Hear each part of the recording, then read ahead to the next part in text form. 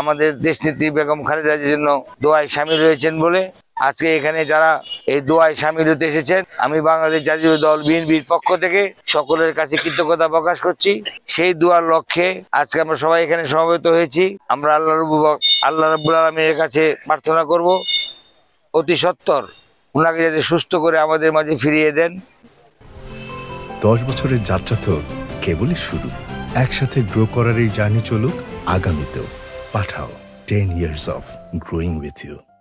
এবং আগামী বাংলাদেশ গড়ার লক্ষ্যে উনি আমাদের পাশে থেকে যে সাহস যোগাবেন, এটা আমাদের ভারপ্রাপ্ত চেয়ারম্যান আগামী দিন রাষ্ট্রনায়ক জনাব তারেক রহমানের জন্য একটি বিরাট হাতিয়ার হিসেবে কাজ করবে এবং বাংলাদেশের জনগণের জন্য একটি বিরাট হাতিয়ার হিসেবে কাজ করবে। উনি একমাত্র আমাদের মুরব্বী, আমাদের মা। আমরা চাই অতি সত্বর উনি সুস্থ হয়ে আমাদের মাঝে ফিরে আসুক।